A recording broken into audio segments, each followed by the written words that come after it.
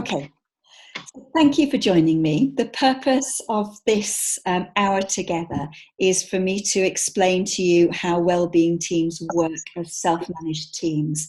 So I'll talk a little bit about how we work differently in terms of how we serve people, but mainly we're going to be focusing on self-managed teams. So just while you're listening, I think if you can put yourself on mute so that if anybody comes in the room or if anything happens, you're not disturbing people. So we can just work out how to do that. Okay, brilliant. Right. So the purpose of wellbeing teams. We exist to help people live well at home and be part of their community. And we think both of those things are equally important, being able to flourish at home and being able to connect with people in the community, particularly around sharing your interests. And what's different about the way that we work is, first of all, how we organise support. And that means that we work in small, self-managed teams. So that's no more than 12 people. We don't have a manager, but the roles that traditionally would have been taken by a manager are shared amongst the team. And we have other ways of supporting team members. We also focus a lot on bringing the whole person to work. So we want people to come to work with their hobbies, their interests, their passions. So they're bringing the whole of themselves in the work that they do. And we're neighbourhood based. We're working in very, very specific geographical areas. So when we're working in Ashton, we work to one particular postcode. What we're hoping to do with Wellbeing Teams and Calico, so Wellbeing Teams in Lancashire, is recruit for a team around an individual. So obviously it'll be around their neighbourhood that we're working to. And then what else is different is how we support people. So we spend a lot of time thinking about co-production, which means that we're thinking about the person's outcomes, which mean that what they are eligible for in relation to support under the Care Act, and that information is identified by both the social worker and the brokers, but also their personal priorities. We ask people what's working and not working for them now, what they'd like to do in the future, and we see our role as working with people to help do more of what matters to them, more of what's working for them, and change what's not working for them. And as far as possible, we work with people to co-design their service. And again, in our work with Calico, around recruiting teams around individuals, we want people to have a really active role in deciding who becomes part of their team. So our focus on whole person is obviously the same for people we support. The conversations are around what matters to you. They're asset-based. We focused on people's well-being. And we'll be building on the conversation that Leanne and colleagues will be having about what matters to people. So it's been fantastic for us to see the paperwork that Leanne and her team are using. And then finally, we see our role as supporting people to connect in the community, but doing it in a way that builds people's capacity. And one of the ways that we do that is through the support sequence, and I'll explain about that in a few minutes. And we focus on community connections. In other places that we're working, we've set up Circle Family, which is a way of supporting people to connect around different things that matter to people, like passions and interests. It's a bit similar to social prescribing, but what we understand about social prescribing is there won't be enough to go round, which is why things like connections through wellbeing teams is really important. So this is the support sequence, and what it means is that when we know what the person's priorities are, we start by a conversation around self-care. Now, you'll be delighted to know we never actually say the word self-care, but it's about how can we support people to feel like they're in control of their well-being and taking control of their long-term condition, and they're doing everything they can to support themselves and their independence. So for some people that might be around more information, for other people it might be a health coaching approach, but it's supporting people to take care of themselves. Phil, I can see that you've just joined us. Welcome. If you wouldn't mind turning your audio off, and what we're going to do is follow the presentation and then ask questions at the end, if that's okay.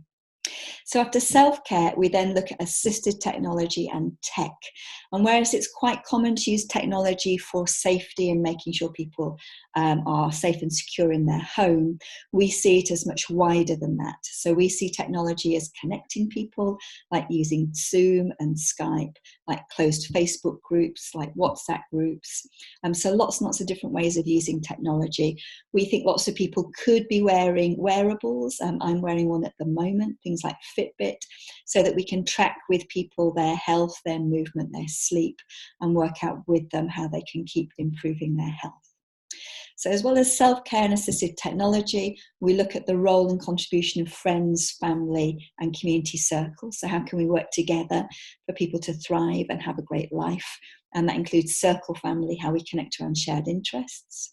And then number 4 is making sure people are making the best use of what's available in the community and local services. And then 5 is how we can use wellbeing workers' time to support people to do what matters to them and to live well at home. So that's how we work to serve and support people who will be creating a wellbeing team with and around. But for the rest of this presentation, I want to focus on our approach to self-management.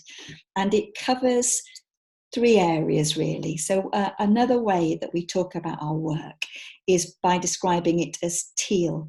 And that comes from a book called Reinventing Organizations by Frederick Laloux, if you're interested in this.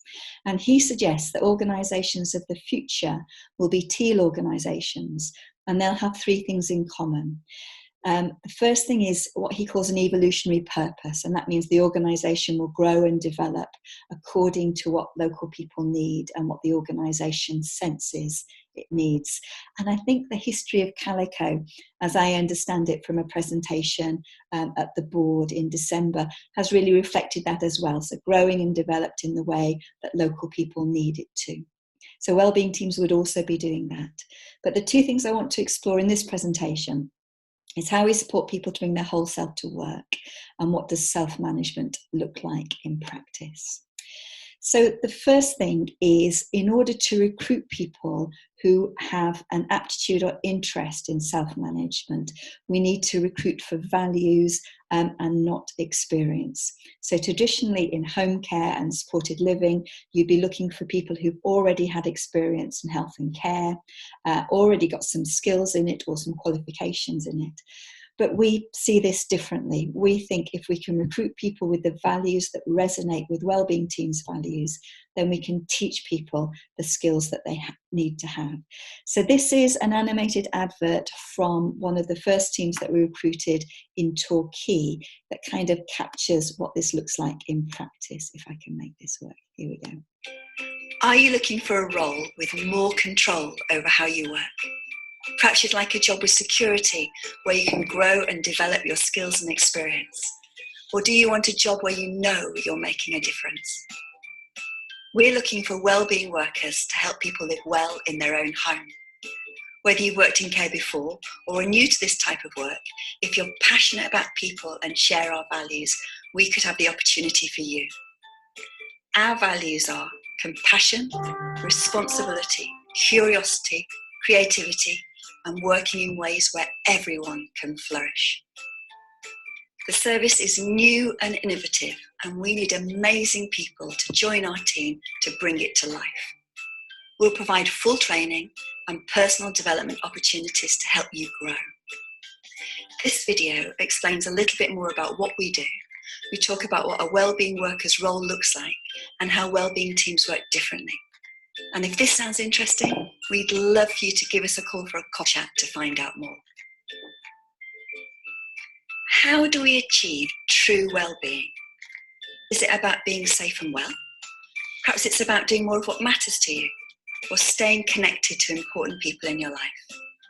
We think it's about bringing all 3 together. That's where well-being happens, and that's why we created Wellbeing Teams. So what does a wellbeing worker do? As a wellbeing worker, you'll support people to achieve all 3 of these elements. You'll be expected to get to know people really well, and together with them, you'll design their care and support. Then you'll work as part of a team chosen by the person to deliver that plan. It could include anything from helping a person with personal care, such as washing or dressing, administering medication or preparing meals. And as well as these tasks, you'll be supporting people to do more of what matters to them in partnership with the charity community circles.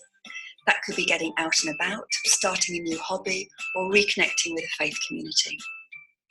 Together, this helps us combat the 4 big challenges of old age: loneliness, boredom, feeling of helplessness, and poor health. Does this sound good to you?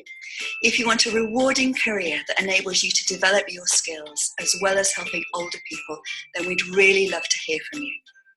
Wellbeing teams focus on the well-being of the people we support and your well-being too.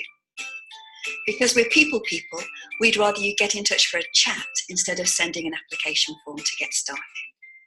Get in touch today and let's start talking about how we can help people achieve real well-being together. So those are the kind of ways that we recruit people and advertise.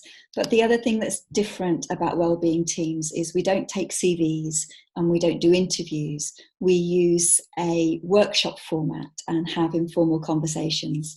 So I'd like to give you a snapshot of what the recruitment workshop looks like, and we're getting ready for these right now.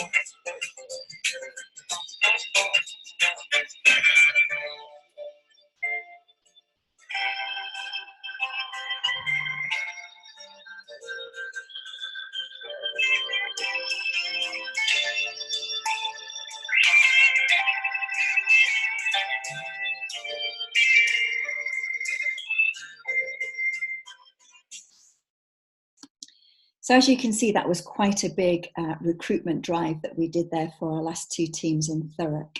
And it's pretty much unheard of to have that many people coming to sessions and to be recruiting so many of them. And we need about, what we've worked out is for every 6 people that we have a conversation with, we tend to recruit 1 person. So we have a formula of how many conversations we need to have for the number of team members we want. So once we've recruited people who can both deliver person-centred, compassionate, flexible care and self-management, and we recruit for both of those, how does it work in practice? Well, here's the big difference. In traditional organisations, it's the boss or the manager that holds you accountable. But in a self-managed culture, it's the team with support that hold each other accountable for our roles and tasks together. And the first and most important way of doing that is knowing what we expect from each other and having really, really clear roles. So there's a golden thread for us from between the adverts that go on Facebook and perhaps Indeed, and the role descriptions and the initial conversation that people have, what happens in the recruitment workshop, to what's in your contract and what's in your confirmation practices, which I'll share in a few minutes. And we also, everybody has a role as a wellbeing worker. And then in our teams that support several people, you'd have 1 person that has a very specific role as a sort of key worker for the individual. But then these are the roles that happen in addition to the other roles. So this is from our very, very first team, our first wellbeing team in Wigan. And as you can see, Jeanette had the role of the scheduler. Patsy was the meeting facilitator, Shirley the reporter recorder, Becky coordinated recruitment with us, and Jodie was the storyteller. And the storyteller's role is really about comms and posting on Facebook. Obviously, we're really careful and mindful of getting good permissions and GDPR, but we want our Facebook pages to tell the story of both what it's like to be a wellbeing worker and the difference that we're making in people's lives. And that's part of the roles that we have within Wellbeing Teams. As well as having clear roles, we also make sure it's transparent what good looks like at the beginning. And we have a document called Progress, where we specify what good looks like for each aspect of the role, both in terms of self-management and delivering great care. And we ask people to rate themselves on a scale of 1 to 5 about where they are at the beginning. And then in order for people to pass probation, they need to demonstrate to us that they're at least 4 or 5 on each of the dimensions. So again, very, very clear about what we're looking for. But rather than a manager saying you are this or this, we ask people to report themselves. But of course, we've got lots of ways of checking out that information too. Now, this information about how we work is in 2 places. So the green booklet you see there is how we work in delivering safe, compassionate, person-centred care.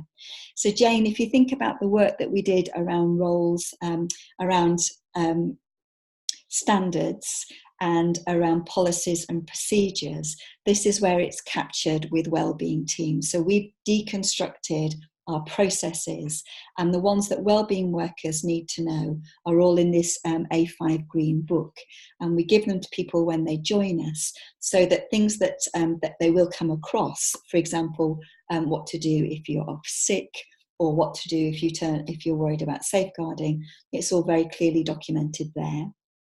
And the Wellbeing Teams handbook is part of induction, and that's what describes what self-management looks like in practice to us. So again, the 2 parts of the role, delivering person-centred, flexible, compassionate care, and how we work together as self-managing teams, we describe them in great detail.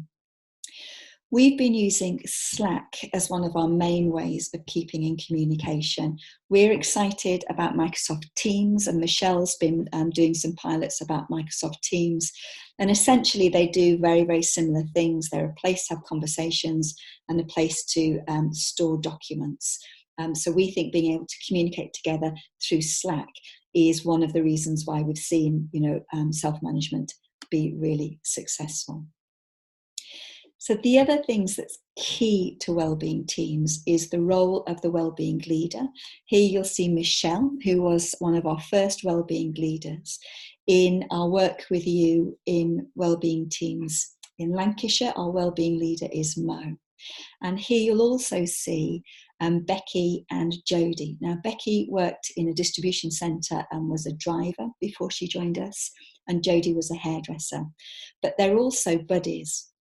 And what you might notice is in home care, the typical age of people working in home care nationally is around 49, and they tend to be white women. And Jane, I don't know whether that's similar for you in the care home as well.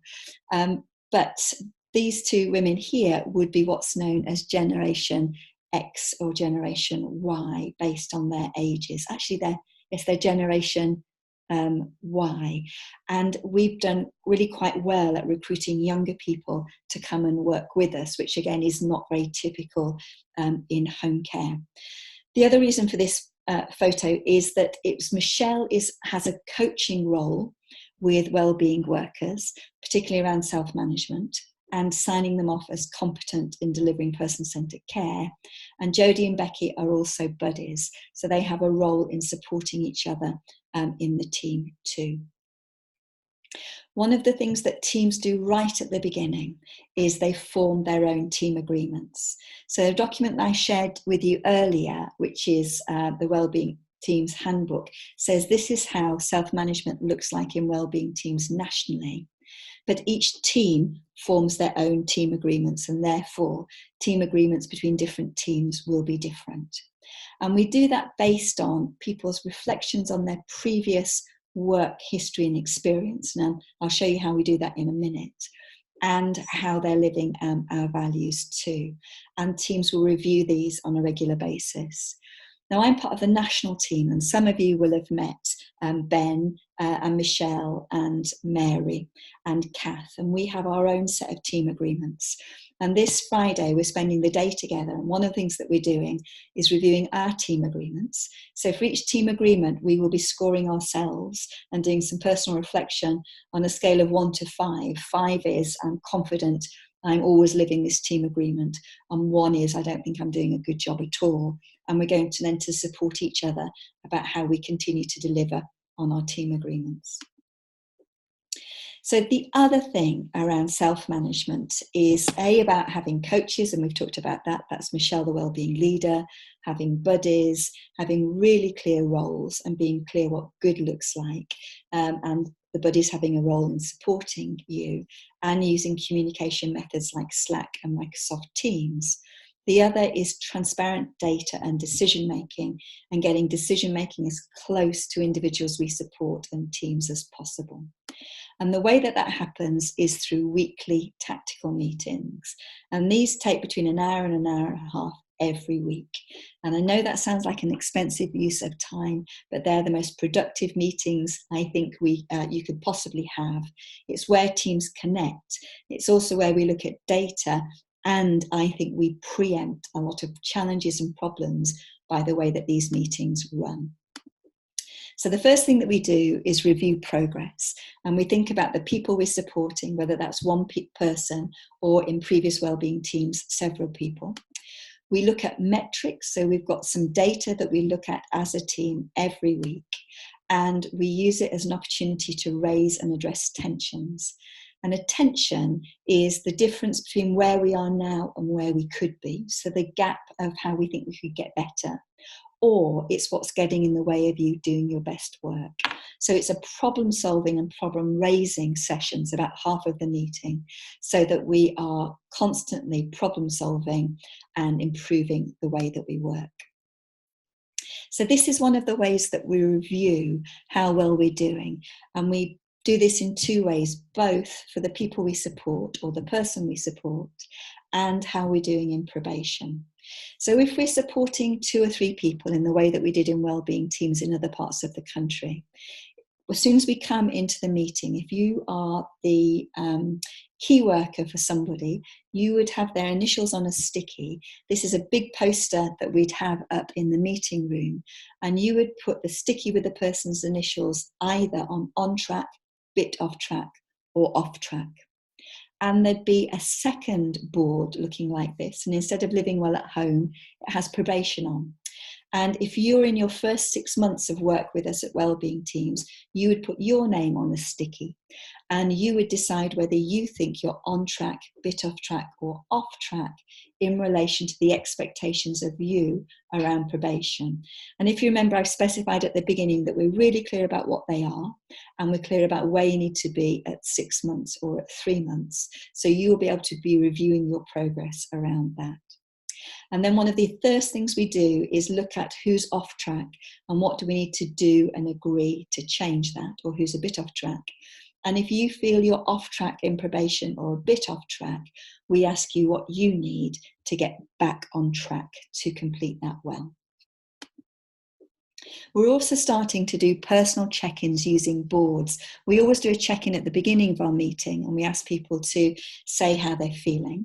But we've also started to do this visually like this. So we have a board that looks similar to this, and as people are coming in, they put their name on the sticky and put where they're up to. And for example, if you are a buddy, so if you were Jodie's buddy, if you were Becky, and if Jodie had put her name against I'm having a tough time and wouldn't mind a check-in, we'd be expecting the buddy to be having a conversation and making sure that people are okay, or we're figuring out what we can do to support each other.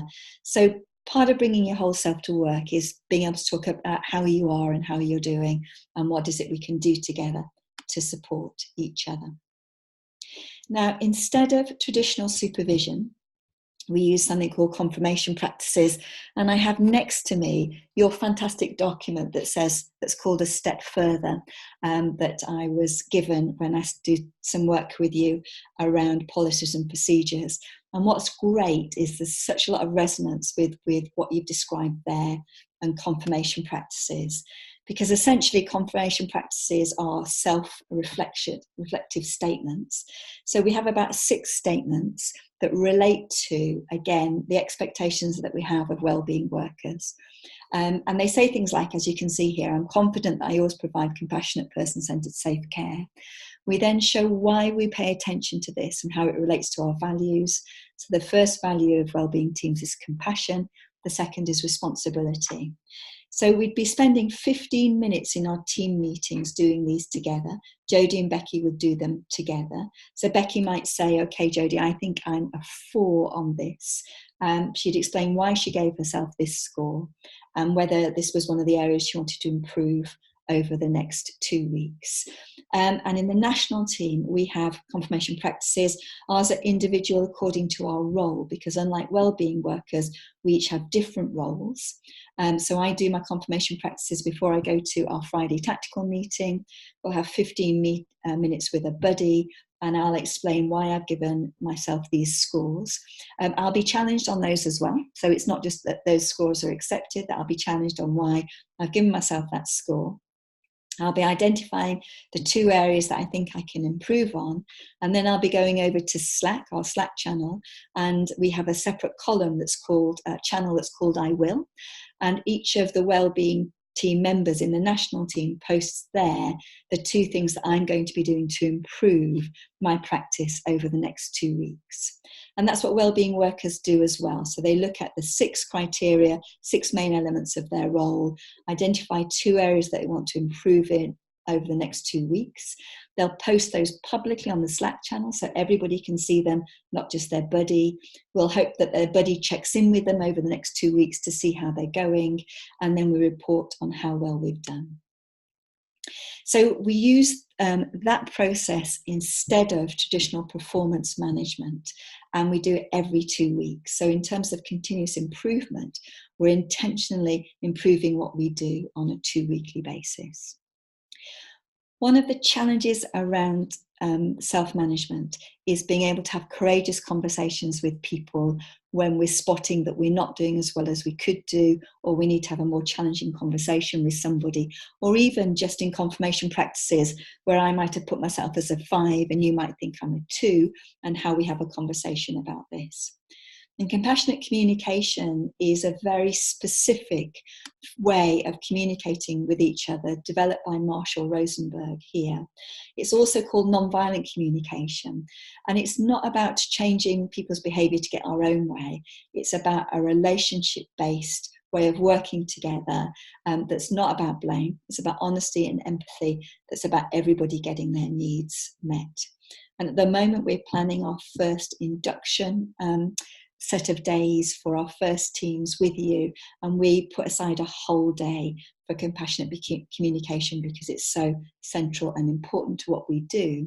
And one of the things that Mo will be doing as the wellbeing leader is coaching people on compassionate communication. The other thing we use from an L&D perspective is what-if cards.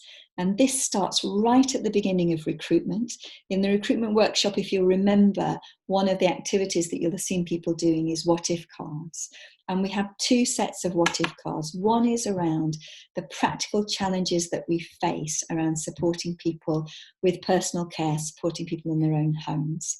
And the second are values and self-management type cards. So the what-if cards will be things like you turn up at somebody's home at the appointed time and nobody answers the door. What do you do? And they're really a test of common sense initially, and that's how we use it in recruitment. But Jane, each of these relates to our policies and procedures. So these are how we check that people know our policies and procedures and know what to do. So they also say things that says if the person mentions that they're no longer able to access their money because their brother's taken charge of it, obviously we'd be expecting people to be raising that as a safeguarding issue. So by saying this somebody says this, what would you do? We're checking out whether people know our approach to safeguarding and what the local authority requires. And then we've got what if cards that are around taking risk. Tell us about a risk that you took recently and what was the outcome. Tell us about something that you did where you failed recently and what did you learn. So ones that directly relate to our values. So we start off using what if cards in recruitment. We then use them again in induction to check how well people have absorbed what we've been talking about in the e-learning, to see where people are up to in understanding our policies and procedures that are in our handbook, and we keep using values cards. But then if something goes wrong, and of course things will go wrong, so if we have an incident or an accident, if we don't already have a what if card based on it, we then create another one, and we're continually using them in our team meetings as part of our ongoing learning and development. The other thing we're trying to do is to create a culture where it's fine to share failures as well as successes, and culturally we found both are difficult for us. So in our Slack channels, we have a channel that's F failure, standing mainly for Friday failure, but people substitute other things for Fs, and also wins of the week, where we share our successes. And again, I'm expected to post in that every Friday, and I do. So on the national channel, we're all doing that. But we share failures and what we've learned from them, and we share what we're proud of as well. And the wellbeing workers will be doing that with us too. And so that's part of self-management, how we support each other, how we're clear what we expect from each other, what our meetings look like. But the other half of it is bringing your whole self to work. And that looks a lot like having a big heart. And we're really comfortable talking about love in the workplace as well. And we use one-page profiles as our first way of supporting people to bring their whole self to work. A one-page profile is a simple summary of what matters to you. It's a way for your colleagues to know what matters to you and how to support you to be at your best. Whether you work in health, social care, or are a volunteer, one-page profiles ensure that everyone is seen as an individual, helping people to feel valued and building mutual respect.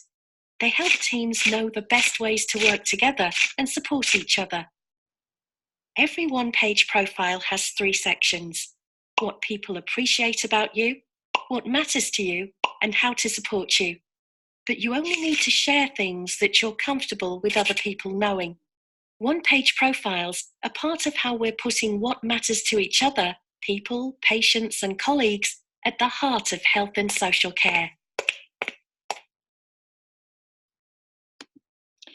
So these are what they look like in Wellbeing Teams. Instead of asking people to send us CVs in recruitment, we expect people to do a one-page profile, and we send them different resources so they know how to do that. And in the application pack that people get as part of applying to join us, you'll also see the one-page profiles of the people who are going to be part of the recruitment process. And Leanne has a version of a one-page profile at the beginning of her paperwork with individuals too. So I've got 3 short animates that describe the 3 sections of one-page profiles. And again, if you're interested in looking at any of these across Calico, we'd be delighted to share more about this. This section is about knowing what your strengths are and what people appreciate about you. Through recognizing people's strengths, talents, and abilities, we can make sure that they're taken into account in how we work together. For example, knowing each other's talents and abilities means that we can match people to opportunities, tasks, or roles that play to their strengths or interests. It also means that we can learn from each other. For example, Jess has a lot of knowledge about tech issues and can help with apps and basic IT. She takes the lead on assistive technology in the team.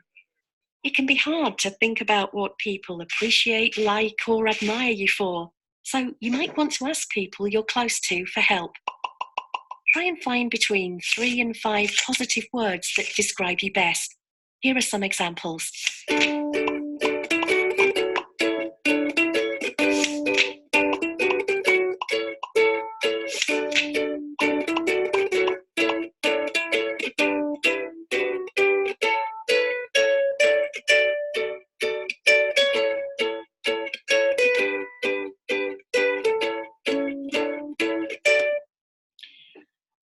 And we also record what people like and admire about each other in an appreciation book. So one of the things that we do in induction is we create these personalised appreciation books for people. And in the work we do together in induction, we start filling them in for each other. I've got mine by the side of my desk as well. And you know what, if I'm having a bad day and don't feel appreciated or feeling pretty down on myself, it's a great thing to look at for encouragement. So at the heart of how Wellbeing Teams work is looking at what matters to you, both the people we support and team members. And that's part of what we do around one-page profiles. But we also learn about this past, present and future.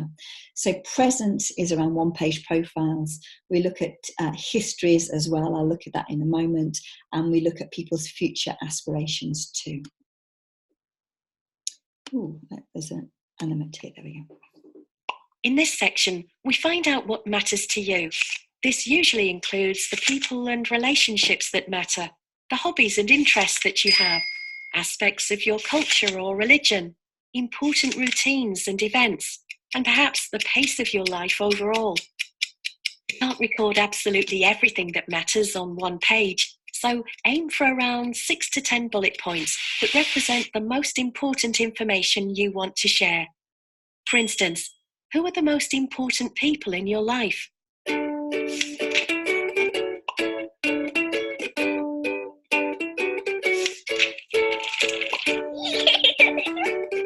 What do you do each week that you'd miss if it stopped?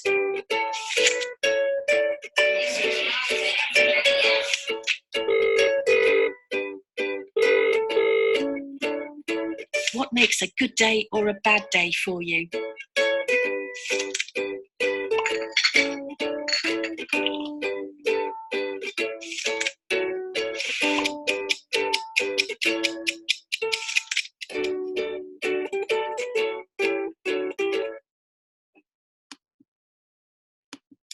So this is how we look at what matters to you in the past to inform how we work together as a team. So we create this as a large template that we use in induction, and we ask people to spend about 20 minutes filling them in and then sharing them with each other. So mine starts with working as a hairdresser assistant, as a Saturday girl when I was 16, to what I'm doing now. And then if I could do anything at all, well, I'd pretty much be doing what I'm doing now, which is great to do. But it's also wonderful to hear the aspirations of new colleagues as well. My section has my skills and my interests, but also what worked and didn't work for me in previous roles. For example, one thing that didn't work for me was being micromanaged. And one thing that did work for me is being trusted to use my initiative a lot. So new team members share that with each other, and here's Becky sharing her work timeline. And then we use that to inform the team agreements. So for example, saying to Becky, what would we need to agree as a team that worked for you in the past, and see if we can recreate that here? Or what would need to be different in your work in this team to avoid what hadn't worked for you in the past? And then we also learn about the gifts of the head, heart and the hands for each team member in terms of bringing your whole self to work. So the gifts of the head is things that you know about, what you do on Mastermind, what your specialist subject would be. Gifts of the hands are the practical things that you do. And gifts of the heart are what you'd campaign for, what you'd write to your MP about. So we find those kinds of things about each other too, and think about how we can use it in the team or with the people we're supporting. And then finally, we call this our future focus. And this is an early handwritten version. And we talk to people about what experiences would you like to have over the next 6 months? How would you like to grow and develop as an individual? Where would you like to contribute? And what is your focus going to be around life and your career? And it's not that Wellbeing Teams will deliver this or expected to deliver this, but it's how can your buddy support you to move in this direction? And is there anything in the future that you'd like that we could be supporting you to do?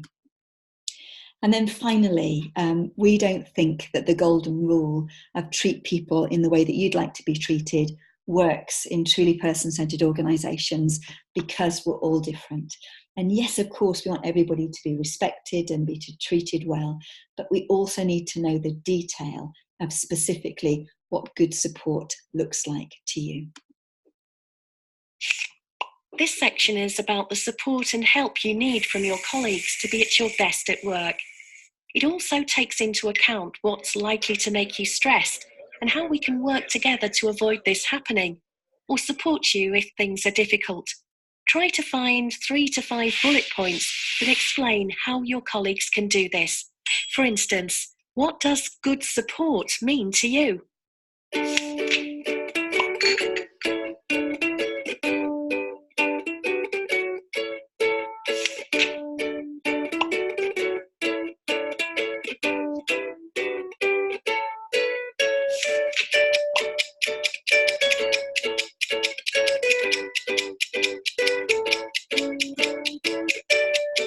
What makes you stressed, unhappy, or upset?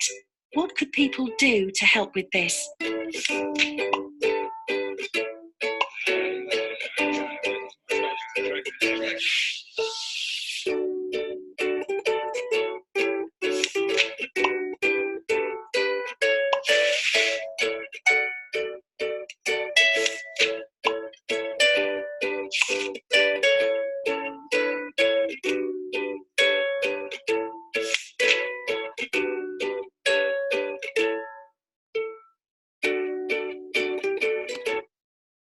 We take that in a bit more detail than just what's on a one-page profile.